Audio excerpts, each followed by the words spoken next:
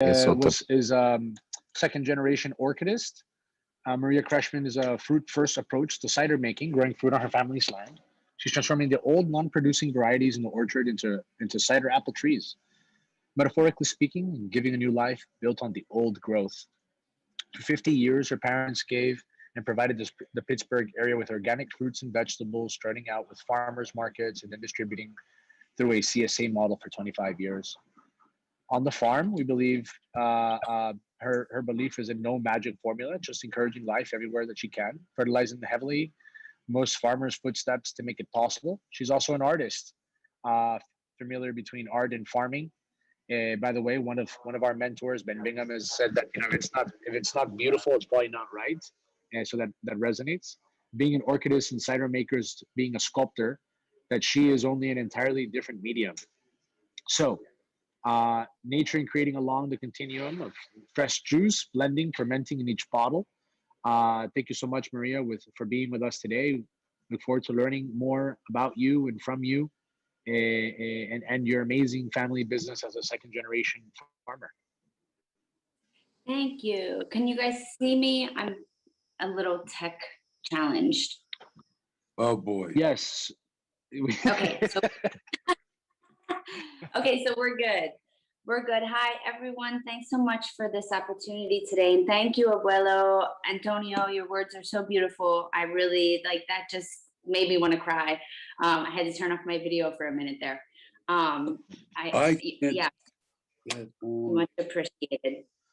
So I want to just start by telling you all my story. And I think that my story is important because I think it's important to think about how land comes to be owned in the United States and how we as Maria? a family have, yes?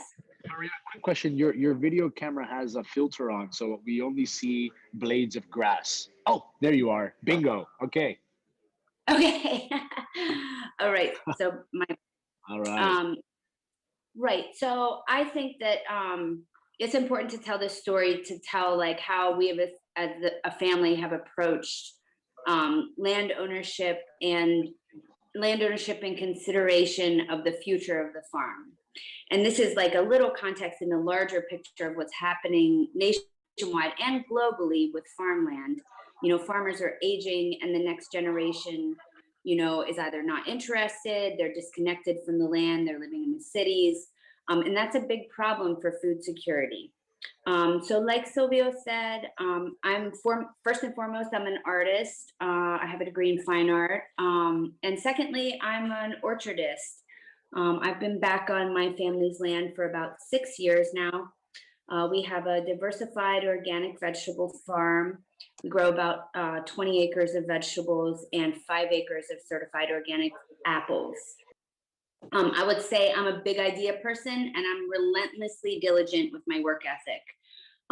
In 1971, my parents bought this property with the intent of providing the Pittsburgh area with nutrient-dense, chemical-free produce.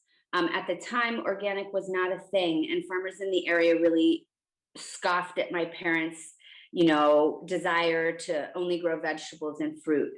But they were really determined. My mother was a teacher. She provided the stability, and my father was able to take the risks with the business. They have always grown strictly organically and fertilized most heavily with the farmer's footsteps. Nature has a way of taking care of itself, and promoting life everywhere on the farm is the simplest way to let our mother thrive. Starting out, my parents did farmers markets and wholesale, and in the early 90s, they started to distribute through the CSA model. And at its peak, our farm fed over 1,200 families throughout the Pittsburgh region. If anyone isn't familiar with the CSA model, it's a subscription service where the consumer eats in season only what is grown in season, and the goods are delivered to a common neighborhood drop-off location. So it makes it really convenient. So as the world was catching on to organic foods and buying directly from the farmer, my parents' business thrived. Farmers nationwide began to use this model, and today it is like hands down the most profitable way for farmers to distribute their goods with little to no waste. There's a lot of advantages of this model. You know, the farmer gets paid up front.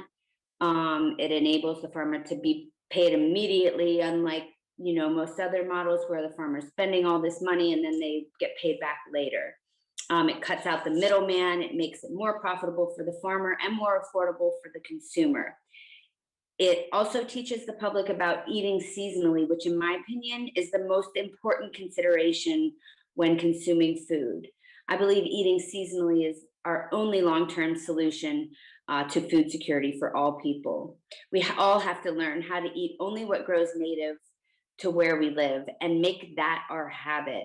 We have to stop thinking that we can transport food from all over the globe and have that be a sustainable food model, because it's not.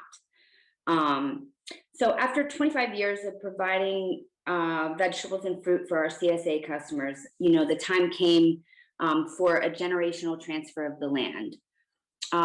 For years, my dad searched for the right person to follow in his footsteps. He literally scoured the globe and was unable to find someone. Whether it's a lack of interest for family members or otherwise, there's so many challenges facing retiring farmers. And, you know, the fact is that nobody farms who doesn't want to be farming. So there was a brief moment in time when I thought I could take over my dad's operation. You know, at that point, I had been a few years back on the farm. I realized I was really good at it, but it wasn't very good for me, and that I can't live someone else's dream. I was naturally drawn to the trees and to the ecosystem of the orchard. I much preferred standing upright than being hunched over weeding vegetables. But I needed something of my own to call, you know, or something of mine, you know, on the farm. And what I like to call my aha moment, you know, I decided to start a hard cider business, which I launched in the fall of 2019. After the fall cider was birth of a fruit first approach to cider making, I like to say that good cider starts with good fruit. I produce small batch ciders and vinegar from the fruits of my labor. I naturally did what I think is the correct approach to land stewardship. I discovered what was calling my name and I ran with it. For me personally, cider making blends the different components of me as a person into a delicious, crisp, bubbly beverage. One that, like an art installation, is meant to be experienced and shared widely. I'm just smitten with this work, and I continue to see endless possibilities for the future of my business. All this while, the vegetable operation on the farm was still thriving. We decided to give it one more year. My cousin showed up and said that, you know, he was interested in trying to run the business. Ultimately, that didn't work out, and I had already decided that it was way too much for me to take on, considering the other objectives I have for my life. So my father had no choice but to close the doors to his business. This brings us to the current moment. In December of 2020, the word spread locally, you know, that my dad was retiring. And, you know, the newspaper wanted to write a story about the farm and about my parents' legacy and the work that they've done for the last 50 years. It was a double feature in the business section. We really didn't think much of it, a nice gesture, a homage, a farewell to Farmer Don. But then a week later, the calls started, and we realized that the article had been picked up by the Associated Press and then went global. The title shifting along the way to Farmer Wanted, which was not, you know, not the intention at all. So then the proposals started rolling in. I saw my dad getting excited at the idea of new prospects, but he had already closed up shop and sold his customer base to a young farming couple in the area. So the stakes weren't the same. At the same time, I was thinking that maybe the future of the farm wasn't in a for-profit model. I knew that I didn't want to see the acreage just go to the next best white man with the plan. For a few years, I've been thinking about the idea of what a land share project could look like on the farm. I want to explore how this land can be used as an asset for communities of color in the region. I am a part of a holistic orchard network, which is a small group of organic growers. And every year we meet up in Massachusetts. And it's a time that we sort of talk about the challenges of growing fruit, but it's also a time that we, collectively philosophize about all things growing. And in the past couple of years, there's been a lot of talk about reparations and land ownership at this meetup. This is where I first learned of a few organizations who are actively working on this subject. One organization, which is located in the Finger Lakes region of New York, is called Cuba International. And they are pairing people who have land with people who want land. Their mission is to relocate people to the land. Their objective lies very much in the happiness space. They're facilitating, a person putting their hands in the soil for the first time and the joy in that act. My research continued and I found more organizations doing this kind of work, so while everyone else was putting their proposals on my father's desk, I decided I was going to do the same. I paired up with a couple of peers who are equally passionate about security issues and land access, and we began to envision what this might look like on my family's land. We believe that all human beings have a right to local, nutrient-dense food, not just to survive, but to thrive. We are really thinking about redefining the framework of land ownership in an economy that favors land ownership. How can we take this fertile soil and make it accessible to communities who have historically been slighted and left out of ownership in this country? Communities who have been denied the ability to build generational wealth, and most importantly, the ability to feed themselves and their community. This is my small part in trying to dismantle white supremacy as a function of owning land. I want to take what I have the privilege of calling my own and share it, because the truth of the matter is we're all in this together, and to think otherwise is a mistake.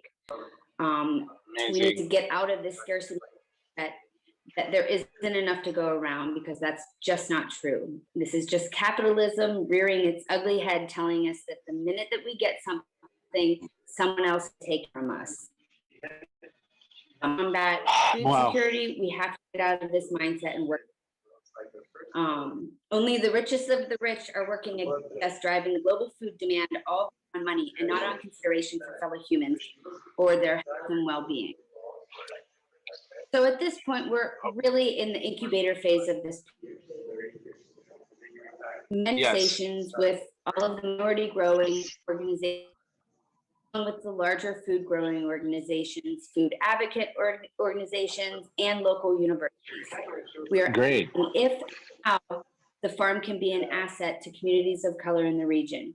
We are investigating what are the needs of these communities we hope to serve. We are asking what is the value for these communities to participate in this initiative. We are looking at the limitations of our farm. From these many conversations over the last couple months, have heard the community members' thoughts and have decided to host a series of roundtable discussions on this idea. We know that the solutions to this won't come from us, but come from the communities that we hope to serve. We've had an amazing positive response from the public, and we're just elated at the notion that we could create this beautiful project together. That's great. As like a larger, as a small portion of a bigger issue, which is aging farmers.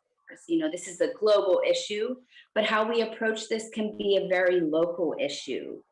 What happens when these farmers pass? Because the truth is that once farmland goes out of production, it never goes back. Once a farm is leveled for a housing development or for a gas well, it will never be a farm again. So how can we help mitigate risk and make land accessible for growing food to feed the population? Thank you so much, Maria.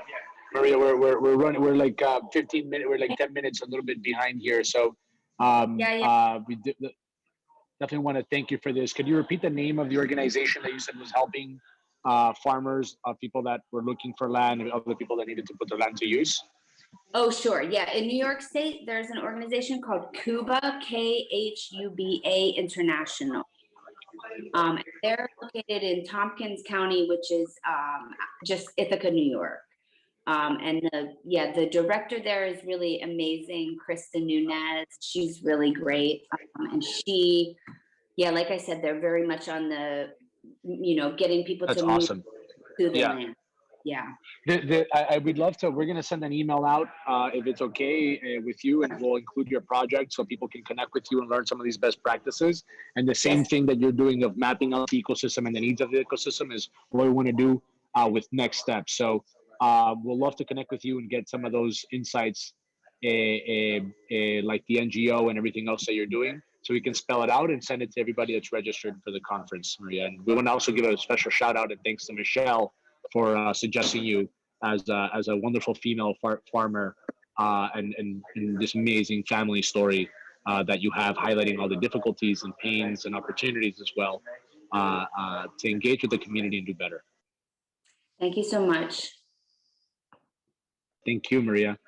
That you've been doing, also engaging your local community in food security to help with the local farms. Are you able to talk a little bit about that? Maybe I am, and I also recognize that we're running a little behind, so I'll try to be brief for the sake of everyone. Can you hear me? Are we good to go? Yes. Okay. So just briefly, so I am the founder creator of Mandala Springs and Mandala Naturals. You want me up next? That's still on? Okay, I'm here. I'm waiting. I think we need to mute some folks. Yeah, sorry about that, Rob. Go ahead. Okay. So I'm the founder and creator of Mandala Springs, which is 67 acres and growing, human empowerment and ecological retreat center. It is a certified organic forest farm where we are specializing in cultivating and helping local communities of wild perennial organisms that live under the canopy. And we're actually going to places where they're where they're doing development, and we're finding these species, and we're actually taking them and protecting the genetic diversity of these species by creating a living wild gene bank here.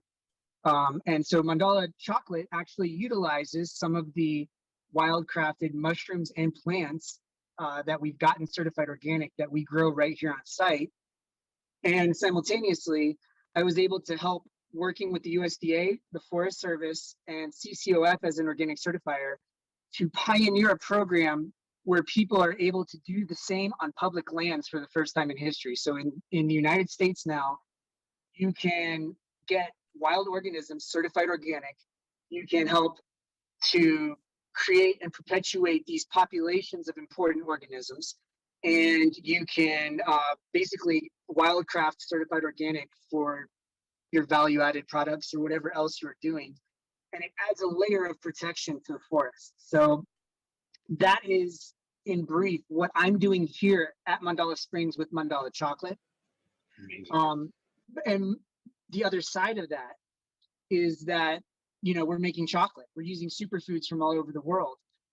So the goal is that we are a force of benefit for local communities, and we're a source of benefit for the farmers who are growing these crops. So, you know, the idea here is it's food security and nutrition.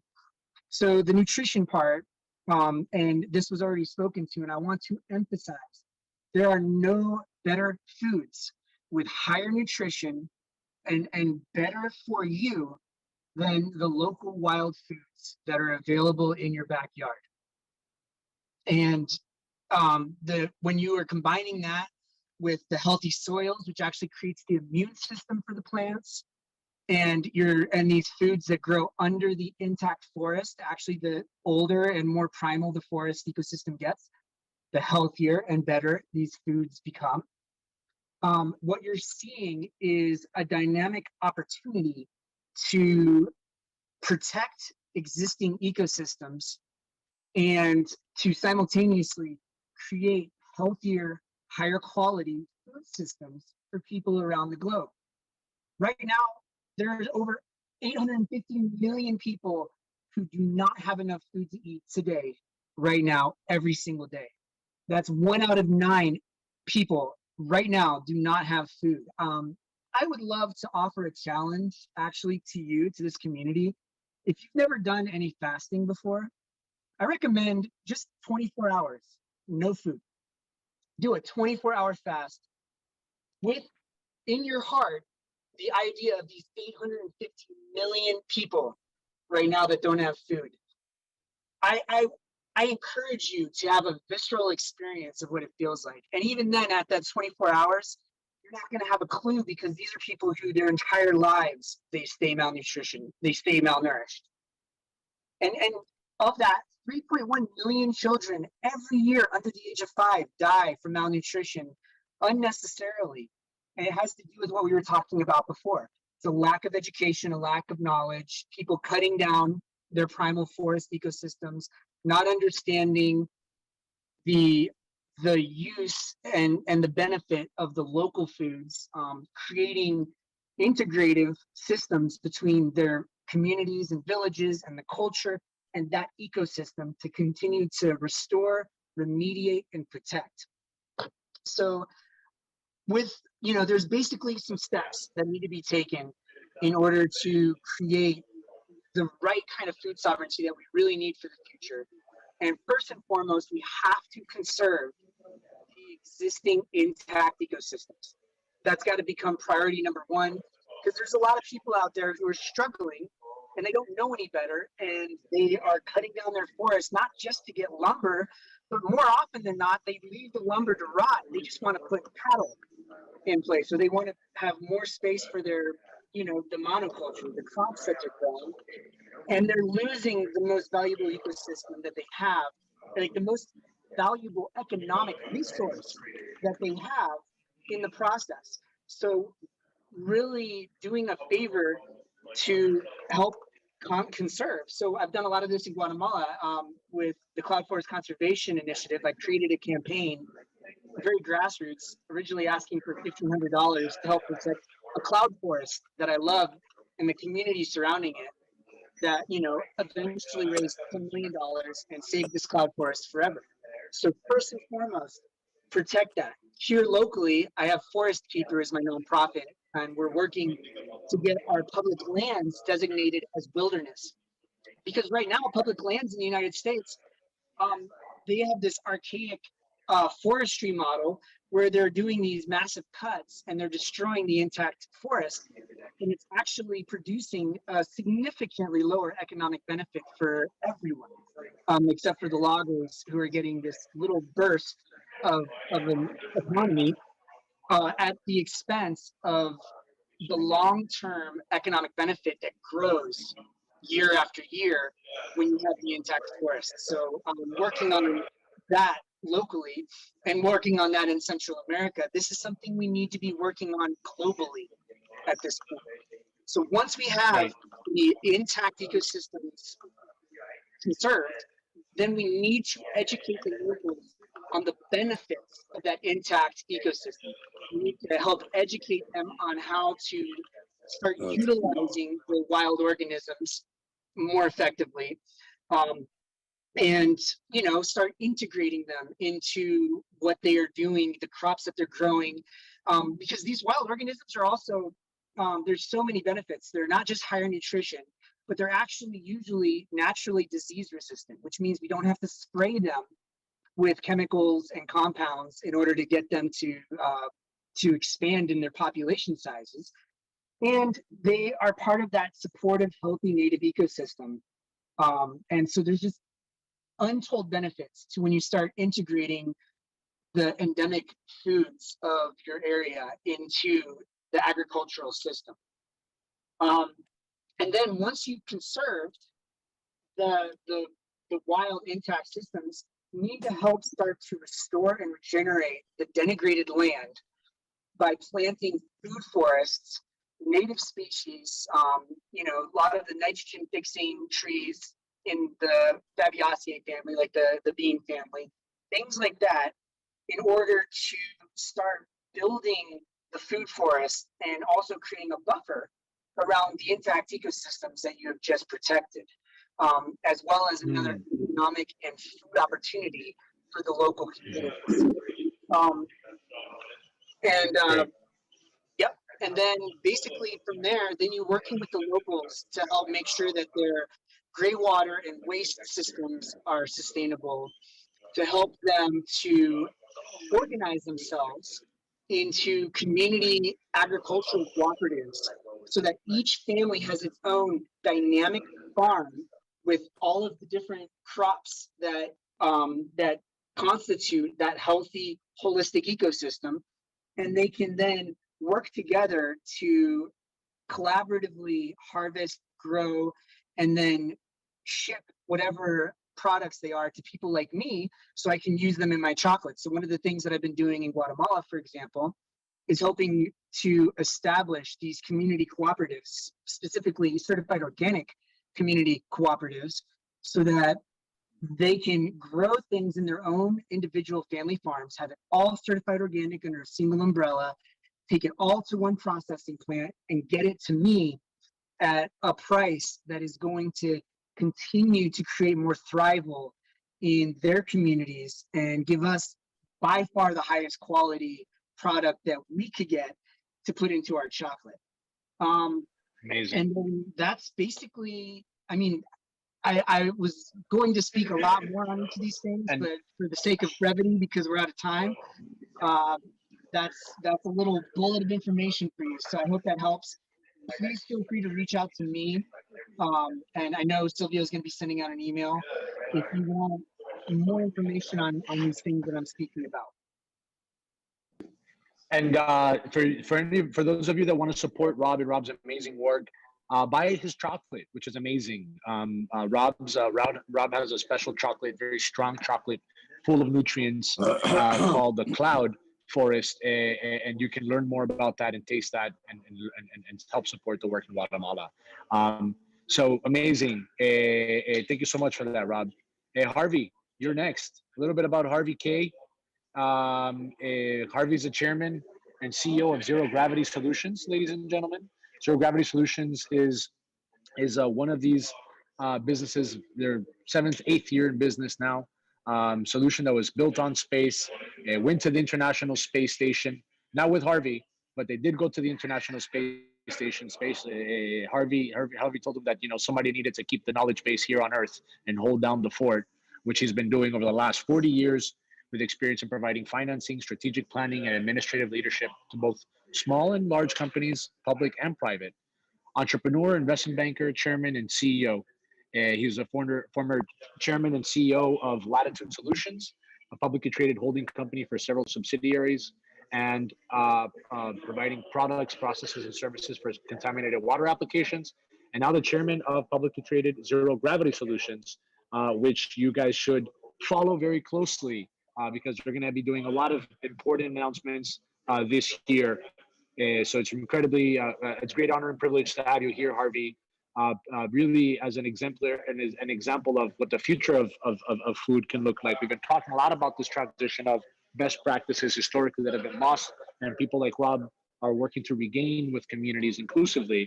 And now we have you, Harvey, which is working really at the future level of what the future could be and also making it more sustainable. On to you, please. Tell us a little bit about okay. what you're seeing. Can you hear me and can you see me? Yes, you look beautiful. Oh, good. Okay, then I'll move right on. First of all, I would like to acknowledge that the fact that my picture and what I am wearing today look the same is because I haven't worn a suit in a year because of COVID. And so I decided that to follow the dress code and become dressed. Having said that, I have a few comments to make that I believe can tie all of this together in a cogent way. To start with, I was asked the question, what is the future of agriculture? And I sort of looked at it based upon the experiences that we have had, that there's 3 or 4 items that lead the way to the future of agriculture. The first is understanding and applying the new technologies that are coming out of science, research, and companies like ours that devise a product called BAM-FX that was gone to the space station for 2 times, that has collaborated with NASA in order to use this technology to provide deeply nutritious food for astronauts literally going to Mars. We then hypothesized what would happen if we apply this technology to agriculture on Earth. And the results were somewhat astounding. 25 to 50% increases in yield, resistance to abiotic and biotic stress, bugs and weather, and producing very powerful, very healthy plants. So we followed the advice of one of our senior advisors, who's the former president of DuPont Crop Protection Services, who basically said, sell the technology that you have called BAM-FX, a highly concentrated, powerful liquid formulation, be able to develop a distribution network to be able to aid agriculture by virtue of technology, knowledge, education. The question is asked, where is the next generation of farmers coming from? To use a word by Dr. Omar, who will be speaking shortly, okay, agriculture needs to be made exciting again. It needs to have the appeal for the next generation that Silicon Valley had, because it's using technology, it's using knowledge, it's using high-tech information in order to become a highly productive, highly successful economic farmer. When you think about it, the generation of farmers today around the world are in their 60s, 70s, sometimes 80s. Their kids are not staying on the farm. So our job is to be able to produce the ability to increase yields, to reduce costs, and to create viable businesses for the families of the world's farmers. And last but not least, to provide hope. Because at the end of the day, if the only thing you have when prices are low and the economy is not doing well, and you can't get out to harvest your crop, you need to have hope that there's a future, that there's a better way. And I think that what ties together what everybody on this call has been saying is we offer solutions, particularly to the disadvantaged farmers, the younger farmers, and the new farmers. To that end, okay, our technology, BAM-FX, is actually ties together what everyone else has said. It starts with not only going back to the ancient Aztecs and the Maya, but go back to nature. How did nature prepare plants to survive in a hostile world? Answer, an evolutionary innate immune system, which has learned to deal with all of these problems that we're dealing with today. And so 50 years ago, when they invented the ability to take nitrogen out of the air and make it into a fertilizer, agriculture in general has been going down the path of more additives, more fertilizer, more fungicide, more pesticide, more viricide. And you know what happens? The plants lose their effectiveness with these chemicals. We've destroyed the biome in the soil. We've destroyed the natural robustness of the plant itself. And we've created a sick agricultural environment. The mechanism of action of BAM, we have now discovered, is to effectuate something called priming. And what priming is a known technology for the last 50 years that has not been widely adopted because they went the chemical route firstly, and secondly, there has not been an ability to generate what is called priming effects on a variety of plant diseases, including fungal, bacterial, and viral diseases in a natural way, as has been said repeatedly, in a way that works with nature, not against nature, that uses natural processes of the plant's physiology to make it defend against disease and weather and all of that. So we have spent about $26 billion in the last 5 or 6 years to do the hard work, to use the third-party independent validation and scientists of land-grant universities throughout the United States, of becoming compliant in countries throughout Central and South America, and also in Asia, where we have set up distributors and people that are now moving this product, BAM-FX, into the marketplace. But the connection to what everybody has been saying, including Brazil, where we have been active, including the notion of food as medicine. We are involved right now working with a number of universities that are planting areas in a large program to determine how BAM utilizes the immune system of the plant to increase yield and defense against disease, but also to utilize BAM's ability to increase the nutrient value of the plant itself by making it more efficient, by having it have the ability to absorb the micronutrients and all of those other aspects of it, and create deeply nutritious food. As the last speaker was saying, okay, there is something called hidden hunger. Hidden hunger means even if you have food to eat, that if it's not nutritious, then that's the reason for increased disease around the world, because there is something called hidden hunger. So we now have done it the hard way.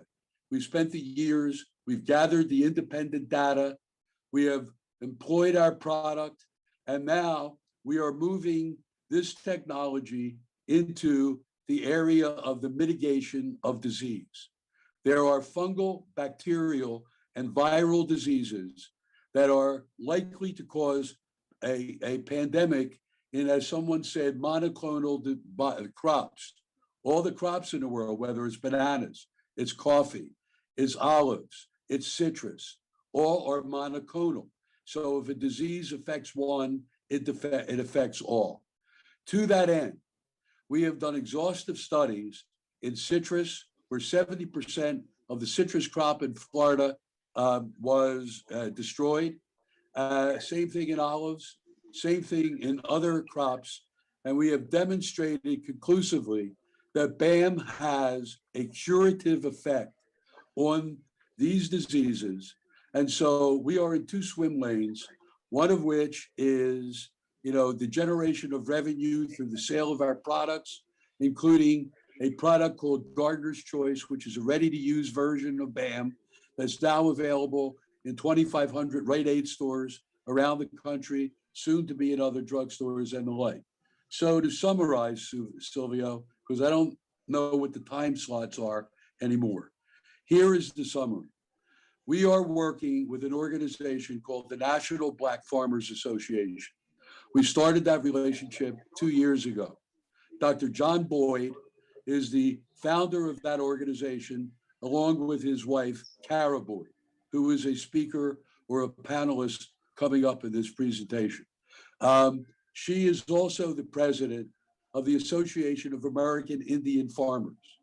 And we are working with both the Black farmers and the American Indian farmers and other disadvantaged farmers in order to bring knowledge, technology, education.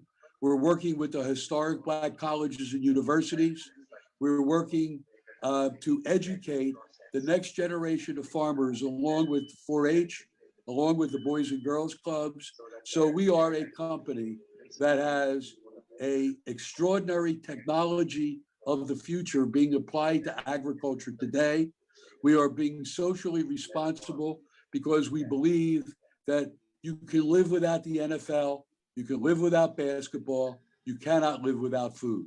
So we want to be the natural way to increase yield, to fight against plant diseases, and to bring good farming practices to the world of agriculture to help those smaller and middle-sized farmers build robust, successful businesses and companies and feed the world good quality, nutritious food. And I'll pause there, Silvio. I don't know how much that was, but there you go. Thank you so much. Right on time, Harvey. Thank you. That's amazing. And really appreciate you sharing that. And obviously, it's really important for people to understand the backdrop of what you're doing. Doing so much amazing work, including the work with the Association of Black Farmers. Also, with so much work in the educational front, working with you groups like University of Florida to validate the work that you're doing. And you can immediately save the entire state of Florida with the problem that we have with citrus screening here. With BAM Effect. So we're really excited about it. And in fact, we're going to transition now on the panel that you're on, which is on the future of food security the future of agriculture and technology with people that you've collaborated with in the past, including Pedram Nimziri. Pedram is a cyberneticist and teacher of Kung Fu, serves as the director of intelligent software, perception cognitive robotics lab at FAU. Believes that the single most important subject is ethical AI. We're going to try to keep the conversation a bit short, just we're running on. Pedram is somebody that I've been collaborating with for several years on quantum secure cryptography, blockchain systems, drone technology and robotics, IoT, cloud computing, a real amazing collaborator. And we also have Dr. Panway Gibson, another one of our partners and portfolio companies that I've had the pleasure of working alongside several years. Dr. Gibson is a scientist, ecopreneur, and investor, has an amazing personal history. She's here in South Florida as well. I suggest anybody that can connect with her to connect with her and ecotech visions. She founded and scaled a number of urban schools through data and technology post-Katrina in New Orleans, where she's from, in the business world, and has scaled more than 20 successful companies through ecotech visions. For example, she guides entrepreneurs to grow smart manufacturing for smart cities through an on-demand marketplace that's powered by AI, IoT, and blockchain technology. Incredibly intelligent, incredibly bright, incredibly driven. Bachelor's from Scripps College, master's from Claremont Graduate University, and a master's in leadership from Harvard, and an MBA from MIT, and a PhD from Claremont. I mean, talking about being accomplished. She's lived, studied, taught, and worked internationally at notable universities like Logan in Accra in Ghana and Oxford University in England. So learn a little bit more about ecotech. And Ashi, which has been an incredibly instrumental partner for us to put this event together. Ashi, can't thank you enough. Ashi Mittal is the CEO, founder of Pivotal Solutions Consulting. She focuses on problem solving, disrupting sustainable solutions, organizational health, executive coaching, global connectivity, participates in speaking engagements, has been incredibly instrumental for this speaking engagement, focus on executive leadership and global sustainability globally. She's also an international best-selling author with publications covering a sundry of interdisciplinary topics. Interdisciplinary, I think, is a key word to emphasize here, because a lot of, I think, what we're showing here in the community is meant to be this. Pedram is also one of these perfect examples, and Panway is of interdisciplinary topics and sciences being brought together, geopolitical patterns, engineering and economics, world sustainability, human productivity, historical perspective, etc. So she has an MBA and a master's degree in history and Egyptology, and is also a martial artist. Just like myself, I have a 4th degree black belt. Pedram's also martial arts teacher like myself, and Ashi. So it's nice to, so if we all go out, walk into a bar, that we're the geeks you probably don't want to mess with, but we're good people that care about the world. So anyway, I want to pose this question to you guys. Thank you so much for being here.